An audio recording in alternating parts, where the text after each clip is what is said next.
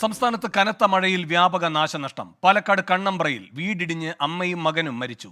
കൊട്ടേക്കാട് സുലോചനയും മകൻ രഞ്ജിത്തുമാണ് മരിച്ചത്. കണ്ണൂർ മട്ടന്നൂരിൽ വെള്ളക്കെട്ടിൽ വീണ് വയോധികയ്ക്ക് ദാരുണാന്ത്യം. ഷഫീനാസ് മൻസിലിൽ കുഞ്ഞാമിനെയാണ് മരിച്ചത്. ഇടുക്കി ലോവർ പെരിയാർ വൈദ്യുതി നിലയത്തിൽ പാറക്കല്ലുകൾ വീണ് ഫീഡറുകൾ തകർന്നു. പെരിയാറിൽ ജലനിരപ്പ് ഉയർന്നതോടെ ആലുവ ശിവക്ഷേത്രം മുങ്ങി. അതിരപ്പള്ളി പെരിങ്ങൽകുത്ത് ഡാമിന്റെ 5 ഷട്ടറുകൾ തുറന്നു. മലങ്കര ഡാമിലെ എല്ലാ ഷട്ടറുകളും ഉയർത്തിയിട്ടുണ്ട്. പത്തനംതിട്ട ജില്ലയിൽ പലയിടങ്ങളിലും വൈദ്യുതി ബന്ധം നിലച്ചു. പാലക്കാട് ആലത്തൂർ പത്തനാപുരത്തെ താൽക്കാലിക നടപ്പാലം പൂർണ്ണമായും നിലംപൊത്തി. കോഴിക്കോട് ഇരുവഞ്ഞിപ്പുഴയും ചെറുപുഴയും കരകവിഞ്ഞു.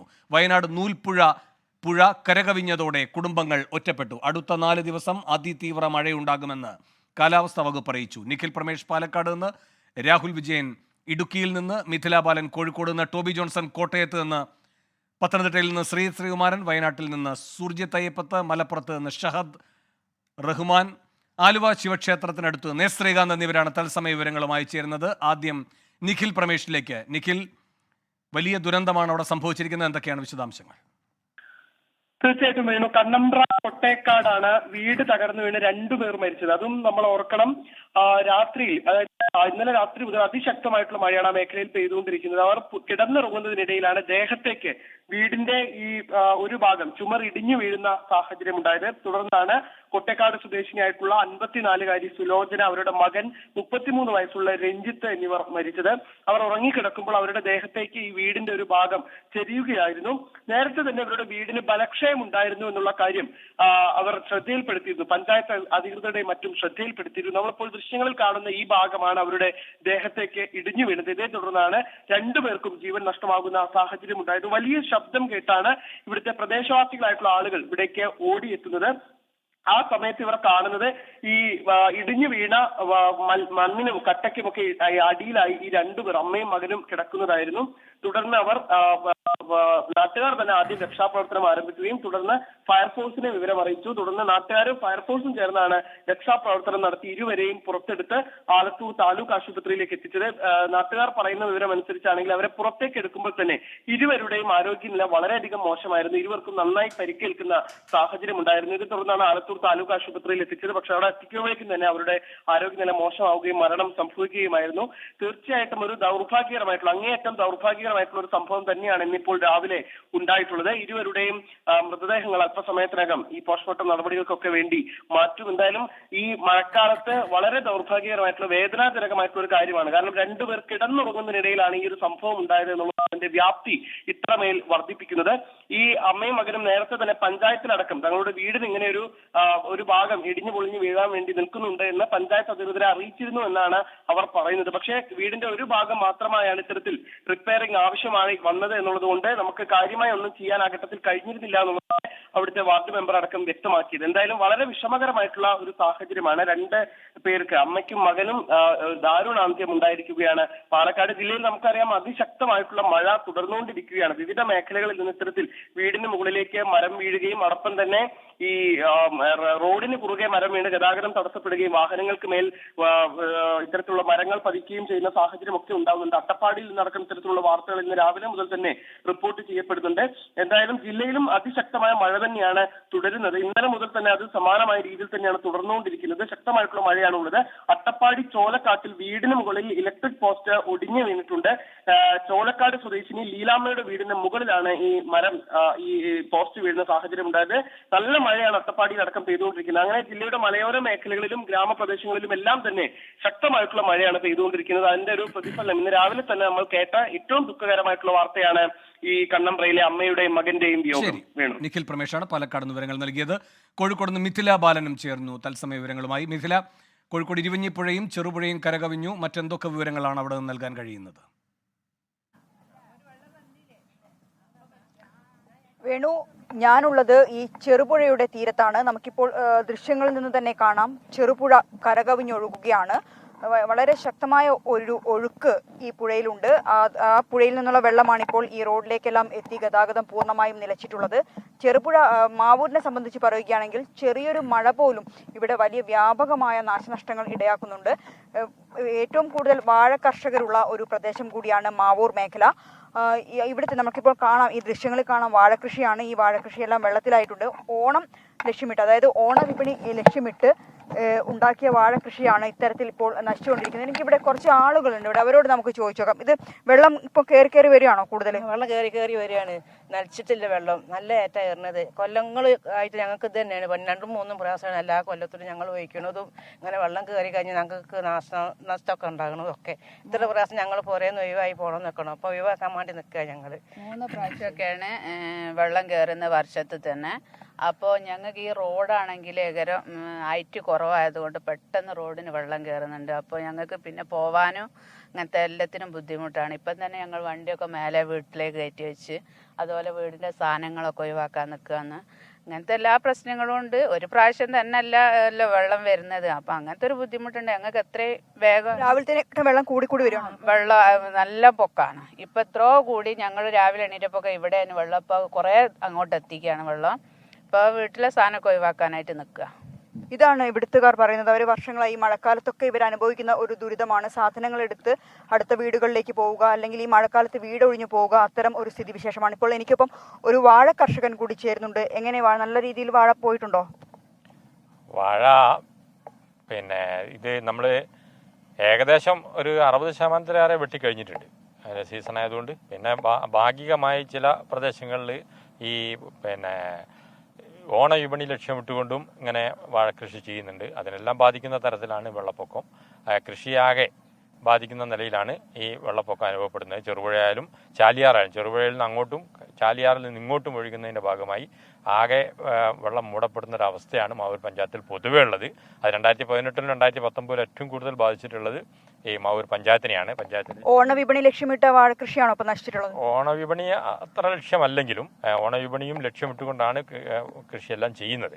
ഇപ്പം ഈ സീസൺ ഏകദേശം അവസാനിക്കാറായതുകൊണ്ട് ഒരു 60% വെട്ടിക്കഴിഞ്ഞിട്ടുണ്ട്. ബാക്കി വരുന്ന ഭാഗികമായിട്ടുള്ള സംഗതികളെല്ലാം ഇങ്ങനെ വെള്ളം പൊങ്ങിയാൽ, തുടർച്ചയായി വെള്ളം നിന്ന് കഴിഞ്ഞാൽ അതിനടിപേര് ചീഞ്ഞ് എല്ലാം നഷ്ടപ്പെടുന്ന ഒരു സ്ഥിതിയിലേക്കാണ് കാര്യങ്ങൾ എത്തുക. എല്ലാ വർഷവും ഇത് തന്നെയാണല്ലോ അല്ലേ? എല്ലാ വർഷവും കഴിഞ്ഞ വർഷം താരതമ്യേന കുറവായിരുന്നു. 2018-2019 പറയേണ്ടതില്ലല്ലോ.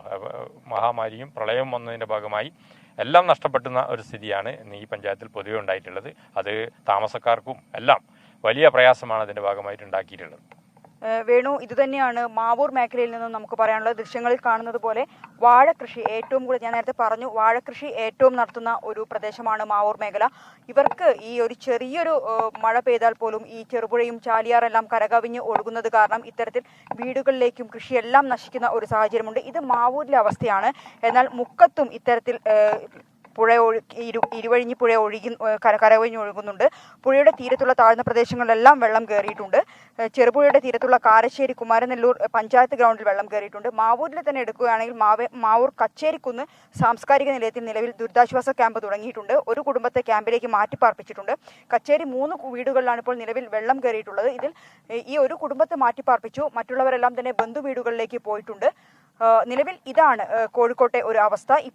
നിലവിലിപ്പോൾ ചാറ്റൽ മഴയാണ്, പക്ഷേ മൂടിക്കെട്ടിയ ഒരു കാലാവസ്ഥ തന്നെയാണുള്ളത്. മഴ ശക്തമാകാനുള്ള ഒരു സാഹചര്യം തന്നെയാണ് ഉള്ളത്. രാവിലെ ആണെങ്കിൽ അതിശക്തമായ മഴയുണ്ടായിരുന്നു. നഗര ഗ്രാമ വ്യത്യാസമില്ലാതെ ഇത്തരത്തിൽ മഴയുണ്ടായിരുന്നു. കിഴക്കൻ മലയോര മേഖലകളിൽ ഉൾപ്പെടെ അതിശക്തമായ മഴ രാവിലെ മുതലുണ്ടായിരുന്നു. നമുക്ക് ഈ ദൃശ്യങ്ങൾ തന്നെ കാണാം. ഇപ്പോൾ നമ്മൾ കാണുന്ന ഈ ദൃശ്യങ്ങളിൽ വാഴക്കൃഷിയുണ്ട്. അത് ഏക്കർ കണക്കിന് വാഴക്കൃഷി ഇപ്പോൾ മാവൂർ മേഖലയിൽ ഇതുപോലെ സമാനമായ രീതിയിൽ വെള്ളത്തിൽ ആയിട്ടുണ്ട്. വേണു, മിഥില ബാലനാണ് കോഴിക്കോട് വിവരങ്ങൾ നൽകിയത്. രാഹുൽ വിജയനും ഇടുക്കിയിൽ നിന്ന് ചേരുന്നു വിവരങ്ങളുമായി. രാഹുൽ, ഈ ലോവർ പെരിയാർ വൈദ്യുത നിലയത്തിൽ പാറക്കല്ല് വീണ് ഫീഡറുകൾ തകർന്നു എന്നറിയുന്നു. മറ്റ് എന്തൊക്കെ നാശനഷ്ടങ്ങൾ ഉണ്ടായി? എന്തൊക്കെയാണ് വൈദ്യുത നിലയത്തിലെ ഇപ്പോഴത്തെ സാഹചര്യം? വേണു, ഈ ഫീഡറുകൾ നന്നാക്കുന്നതിന് വേണ്ടിയുള്ള ശ്രമം എന്തായാലും KSEB തുടങ്ങിയിട്ടുണ്ട്.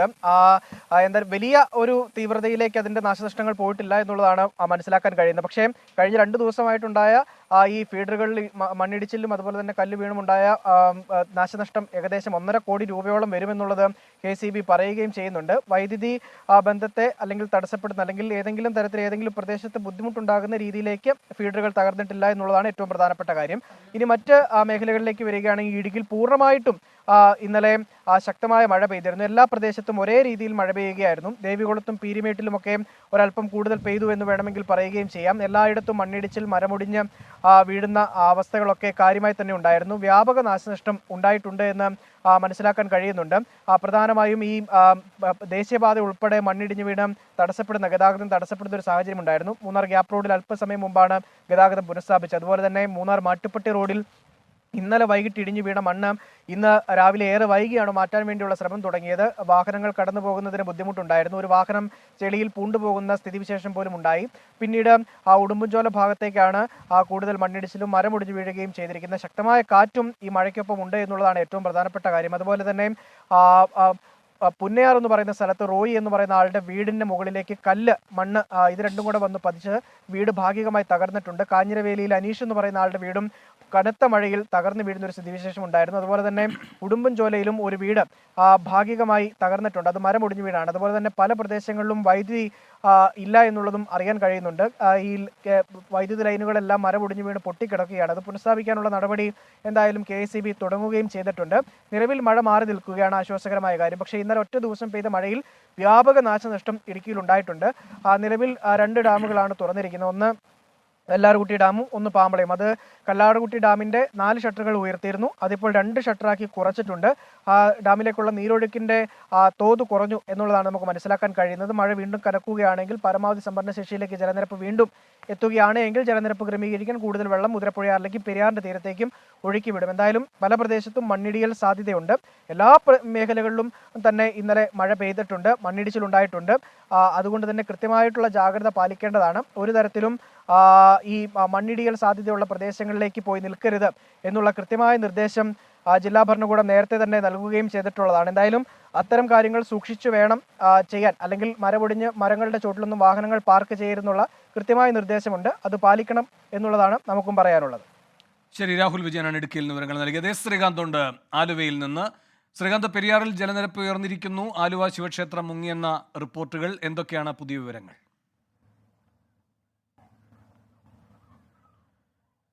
വേണു, ഞാനിപ്പോൾ നിൽക്കുന്നത് പെരിയാറിന്റെ തീരത്താണ്. ആലുവ ശിവക്ഷേത്രത്തിന് സമീപത്തായി തന്നെ. രാവിലെ ഒരു 6:30-7 മണിക്കൊക്കെ നമ്മൾ ഇവിടെ ഉണ്ടായിരുന്നു. ആ സമയത്തുണ്ടായതിനേക്കാൾ വെള്ളം ഇപ്പോൾ ഈ പെരിയാറിൽ ഒഴുകിയെത്തുന്നുണ്ട്. അതായത് ഈ നഗരപ്രദേശങ്ങളിലൊന്നും തന്നെ കാര്യമായ മഴ, അതിശക്തമായ മഴ പെയ്യുന്നില്ല. പക്ഷേ വനമേഖലയിൽ, വൃഷ്ടിപ്രദേശത്ത് ശക്തമായ മഴ പെയ്യുന്നുണ്ട്. ഗ്രാമീണ മേഖലയിലും മഴ കാര്യമായി പെയ്യുന്നുണ്ട് എന്നുള്ളതാണ് നമുക്ക് കിട്ടുന്ന വിവരം. അതിന്റെ കാരണം കൊണ്ടാണ് പെരിയാറിൽ ഇത്രയധികം വെള്ളം ഒഴുകിയെത്തിയത്. ഇപ്പോൾ ഈ ദൃശ്യങ്ങളിൽ നമുക്ക് കാണാൻ സാധിക്കുന്നത് ആലുവ ശിവക്ഷേത്രമാണ്. അതിലെ പ്രദക്ഷിണ വഴിയും അതോടൊപ്പം തന്നെ പ്രധാന ശ്രീകോവിലിലുമൊക്കെ വെള്ളം കയറിക്കഴിഞ്ഞു. രാവിലെ ഇത്രയധികം വെള്ളം ഉണ്ടായിരുന്നില്ല ശ്രീകോവിലിന്റെ സമീപത്തും പ്രദക്ഷിണ വഴികളിലും ഒന്നും തന്നെ. പക്ഷേ ഇപ്പോൾ ഈ ദൃശ്യങ്ങളിൽ കാണാൻ സാധിക്കും പ്രദക്ഷിണ വഴി പൂർണ്ണമായും മുങ്ങി, ശ്രീകോവിൽ മുങ്ങി. ഇതിൽ ക്ഷേത്രത്തിൽ ഭഗവാന്റെ പ്രതിഷ്ഠ ആറാട്ട് കഴിഞ്ഞു എന്നുള്ളതാണ് ഈ പുഴ ഇങ്ങനെ കടന്നു കയറുമ്പോഴുള്ള വിശ്വാസം. ഇപ്പോൾ ആറാട്ടടക്കം കഴിയുകയും ചെയ്തിട്ടുണ്ട്. സ്വാഭാവികമായും വെള്ളം ഇങ്ങനെ തന്നെ ഒഴുകി എത്തുകയാണ് എങ്കിൽ ആദ്യത്തെ നില അത് മുങ്ങാനുള്ള സാധ്യതയുണ്ട്. ഒരു ഉച്ചയോടുകൂടി ഇതേ രീതിയിൽ തന്നെയാണ് മഴ പെയ്യുന്നതെങ്കിൽ, വെള്ളം ഒഴുകിയെത്തുന്നതെങ്കിൽ ആദ്യത്തെ നില മുങ്ങാനുള്ള സാധ്യതയുമുണ്ട്. പക്ഷേ പൂജകൾക്ക് മുടക്കം വരില്ല. മേലക്ഷേത്രത്തിൽ പൂജകൾ ഇപ്പോഴും നടക്കും. മാത്രമല്ല ബലിതർപ്പണ ചടങ്ങുകൾ മറ്റൊരു കടവിൽ ഇപ്പോഴും പുരോഗമിക്കുകയും ചെയ്യുന്നുണ്ട്.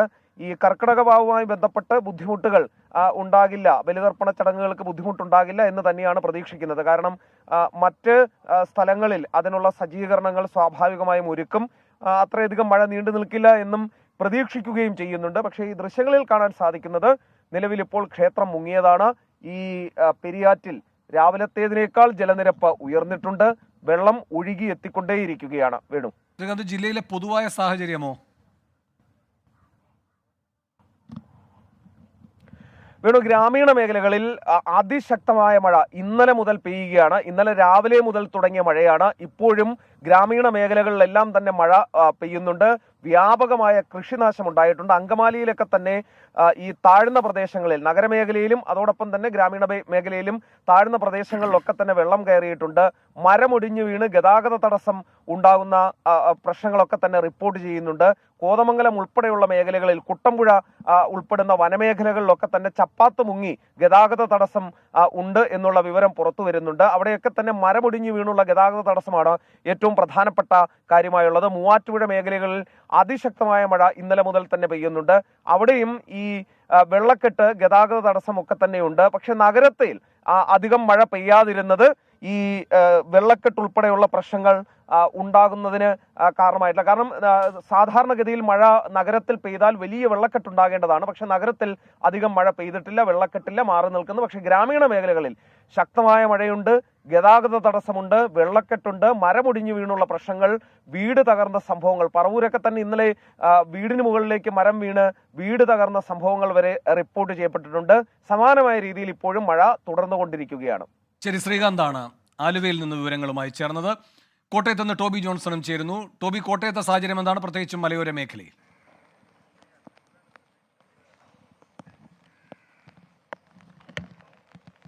മലയോര മേഖലയിൽ ശക്തമായിട്ടുള്ള മഴ പെയ്യുന്നുണ്ട്. മലയോര മേഖലയിൽ മാത്രമല്ല ബാക്കിയുള്ള പ്രദേശങ്ങളിലും ശക്തമായിട്ടുള്ള മഴ പെയ്യുന്നുണ്ട്.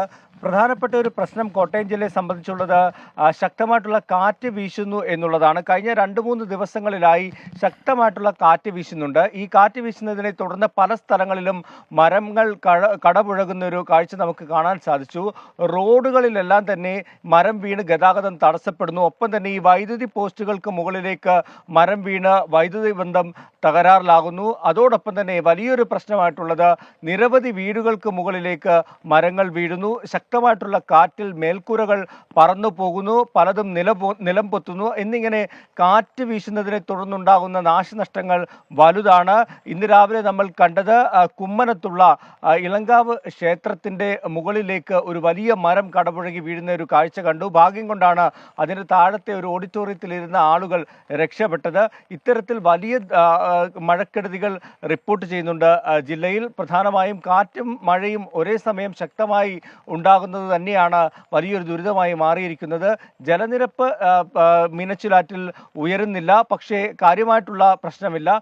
പക്ഷേ ഇത്തരത്തിൽ കാറ്റ് വീശുന്നത് തന്നെയാണ് നിലവിൽ കോട്ടയം ജില്ലയെ സംബന്ധിച്ച് വലിയൊരു ആശങ്കയായിട്ട് നിലനിൽക്കുന്നത്. വേണു. ശരി, ടോബി ജോൺസണാണ് കോട്ടയത്ത് വിവരങ്ങൾ നൽകി.